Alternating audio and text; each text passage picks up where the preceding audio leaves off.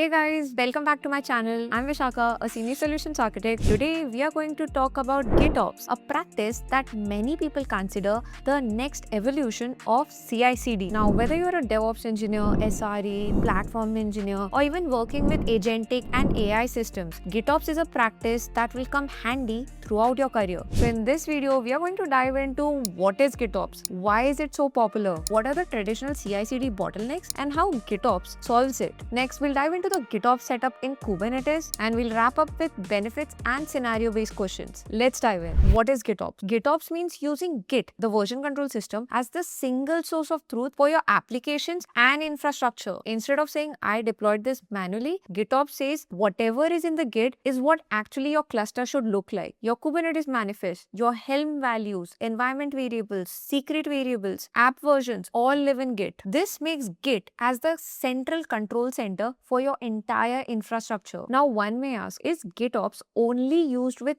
Kubernetes platform? The answer to that is no. Kubernetes is the most popular choice because it follows the declarative state from ground up. But any platform that follows the industry standards of Open GitOps, they can implement the GitOps approach. Now, why GitOps became popular? It started with a problem. How do you keep deployments consistent when system is changing continuously? GitOps helps here because every change is tracked. Every deployment has a commit history, even when it's co-authored with your AI coding tool. So accountability is always clear, and every environment can be reproduced exactly. And the most important, if anything breaks, rolling back is as simple as reverting a Git commit. Now, GitOps is also becoming more popular because AI systems are moving fast. It is especially useful because many teams may frequently change model versions, inference services, prompts, embedding pipelines, and API configurations. GitOps here gives those changes structure and auditability. Next, what is the difference between traditional CI/CD and GitOps? Before we dive into the approach, let's understand the workflow first. Traditional CI/CD usually works like this. Developer pushes code, CI pipeline installs dependencies and runs tests, then it builds a container image, then it scans the container image for vulnerabilities using tools like Trivy or Gripe. Once that's done, it pushes the image to a registry. Next, the pipeline directly connects to the cluster and deploys the changes. Now, this is called a push-based deployment. The CI/CD system holds the credentials to the cluster and constantly pushes changes to production after every build. In practice, this CI/CD system is usually powered by tools like GitHub Actions, Jenkins, or GitLab CI, everything we covered in our previous video. Now, the key part here is this approach works, but it can also be risky. Your CI system here needs powerful cluster permissions, and if that same pipeline is misconfigured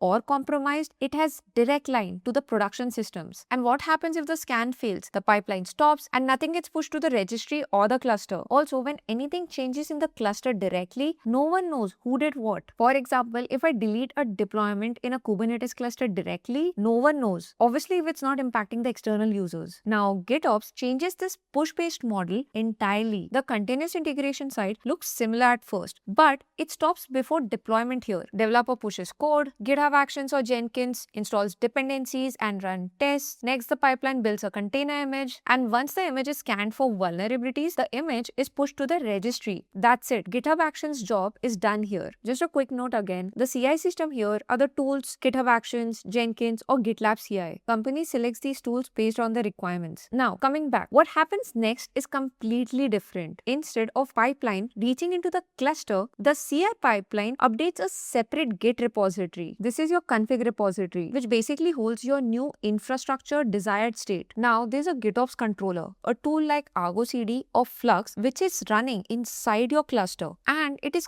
constantly watching that config repo. Whenever it detects a change, it pulls the new desired state and applies it directly to the cluster. This approach is called pull-based deployment. The cluster pulls its desired state from Git directly rather than being pushed to by an external system. One of the key ideas here is CI and CD are decoupled. GitHub Actions or Jenkins owns the build stage. ArgoCD or FluxCD owns the deployment stage. Each does one job and does it well. Now, here's a simple comparison between push-based and pull-based approach side by side. In push-based CI/CD, the pipeline says, I finished building. Now I will connect to the cluster and deploy. In pull-based GitOps, the cluster says, I'm watching it. If anything changes, I will update myself to match. The critical takeaway here is the pull-based approach is more secure. Reason being, The cluster never exposes deployment access to external systems. If someone changes anything in the cluster, GitOps will detect that drift, and depending on your configuration, it will either alert you or automatically restore the version that matches Git. That's the core idea. Git is the desired state, Kubernetes is the actual state, and GitOps keeps them in sync automatically, continuously, and maintains the full audit trail. Now let's dive into the GitOps setup on Kubernetes. One of the biggest advantages of GitOps is your entire system becomes repeatable. If you lose a cluster, you can rebuild it from Git. If you're spinning up a new environment, you can point it to the same repo. Now let's look how you can set this up on Kubernetes. There are two popular GitOps operators that you can use, ArgoCD and Flux. Both are Kubernetes native and both follow the same core idea. Watch Git and reconcile the cluster. But they work a little differently. Let's start with ArgoCD. You start by installing the ArgoCD operator on Kubernetes using Helm. You add the repo and install it. It runs a set of pods, API server, application controller, repo server. Once it's up and running, you create an application object. This object is basically a custom resource which tells ArgoCD, watch this Git repo,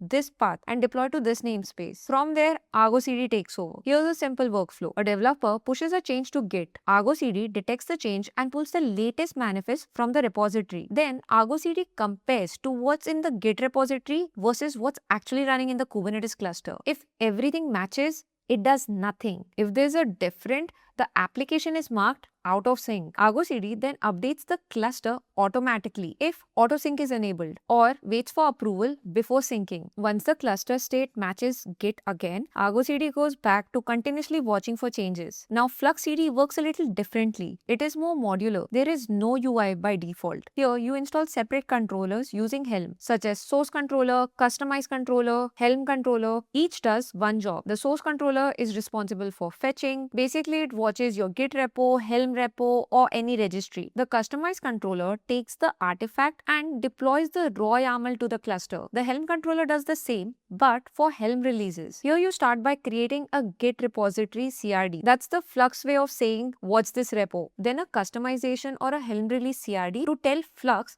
what to deploy and where. Here's a simple workflow. A developer pushes changes to Git. Flux detects the change and pulls the latest version from the repository. Flux then renders the manifest and compares to what's actually running in the cluster. If everything matches, it does nothing. If there's a difference or a configuration drift, Flux automatically applies the correct state from Git. The cluster is brought back to desired state without any manual intervention. Flux continues watching the repository and repeats the reconciliation loop. The core difference between ArgoCD and FluxCD here is ArgoCD focuses on visibility and control, whereas FluxCD focuses on automation and self-healing. Now, benefits of GitOps. As you already know, it comes with several advantages. First, every change is stored in Git, so you always have a history of what changed and when. Second, rolling back is simple. If something breaks, just revert it back to the previous commit. Third, Git becomes the single source of truth, keeping environments consistent. Fourth, GitOps detects the configuration drift and can automatically bring the cluster back to the desired state. And finally, if a cluster goes down, you can rebuild it directly from what's stored in Git. These benefits become even more valuable with AI applications, where model versions, deployments, infrastructure configurations changes frequently. Now, here are a few scenario-based questions you should be aware of. Scenario 1. A developer changes the Docker image version in Git from V1 to V2. What happens next? With ArgoCD in picture, the answer to this is if ArgoCD is deployed, it detects this Git change and applies the newer image version to the Kubernetes cluster. Scenario 2. Someone manually edited the Kubernetes deployment using the kubectl edit command. What happens? Here, ArgoCD or FluxCD detects the drift because the configuration doesn't matches Git, and if self-healing is enabled, it restores the Git-defined state. Scenario 3. Production breaks after a bad release. What is the GitOps way of fixing it? You can roll back the Git commit and GitOps will pick from there. You just have to revert the Git commit that introduced the bad deployment state. The controller will sync the cluster back. Scenario 4. GitHub Actions built a new container image. Should the CI system deploy directly to Kubernetes in GitOps? No. GitHub Actions here should only update the deployment config on Git. The GitOps controller is responsible to deploy from there. Now, before wrapping up, here's what you can do next. There's a project, go to this repo, DevOps AI playbook, and deploy the project. It involves both deploying the CI pipeline using GitHub Actions and then setting up GitOps operator. You get to see both the UI version and how the cluster syncs automatically with Git. You can also watch this video here, which will give you the core GitOps experience. Change Git and Kubernetes follows. Before we go, here's a quick summary. Traditional CI/CD pushes deployment into infrastructure. GitOps flips the model. Git stores the desired state and the cluster pulls the changes continuously. If you want to dive further into the CI/CD workflow, check out this video here. Also, if you have any questions or particular topics that you want me to dive into, let me know in the comments. See you in the next video.